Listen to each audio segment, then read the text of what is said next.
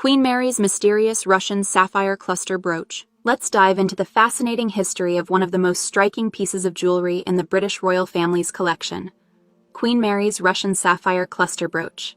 This brooch is not only a stunning piece of royal jewelry, but also carries with it a rich and mysterious history. The Russian sapphire cluster brooch features a massive faceted sapphire surrounded by 18 cut diamonds, all set in an ornate gold frame. This isn't just any sapphire either. It's believed to have connections to the Russian imperial court, dating back to the 1840s. What makes this brooch even more fascinating is its versatility. It wasn't just meant to be worn as a brooch. It could also be used as a clasp for pearl necklaces and bracelets. There are several theories about how this brooch ended up in the British royal family.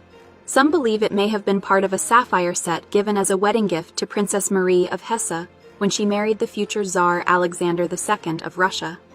Later, the sapphires might have been made into a parure for Empress Maria Feodorovna of Russia for the wedding of Prince Alfred, Duke of Edinburgh, and Grand Duchess Maria Alexandrovna of Russia in 1874.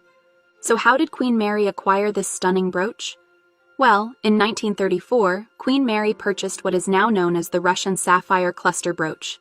It's unclear whether she bought it directly from the estate of Empress Maria Feodorovna, or whether it came from a London jeweler who had acquired it after it was sold off by the Bolsheviks.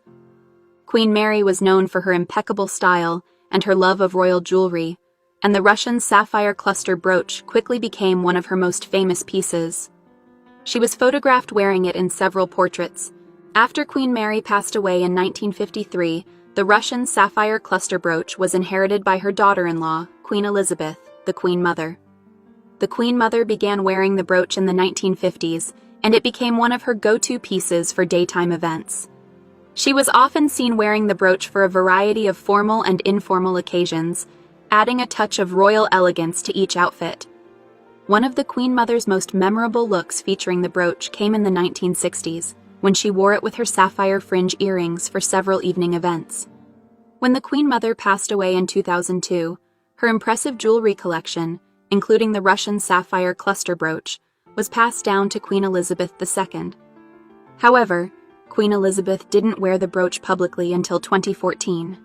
Her first appearance with the brooch was during a visit to Rome and the Vatican, where it caught the attention of many royal watchers.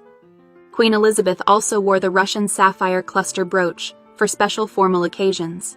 Fast forward to more recent times, and this beautiful heirloom has now made its way to Queen Camilla. She wore Queen Mary's Russian sapphire cluster brooch for the first time during the Commonwealth Day service at Westminster Abbey. This was a significant moment, as it marked the brooch's first appearance on the new Queen Consort. Camilla's style has evolved to include more sapphires in recent years, and this brooch fits perfectly with her growing collection of sapphire jewelry, including the Belgian sapphire tiara and the King George VI sapphire suite. Queen Mary's Russian sapphire cluster brooch is more than just a piece of jewelry. It's a symbol of royal legacy, passed down through generations, each time adding another chapter to its story.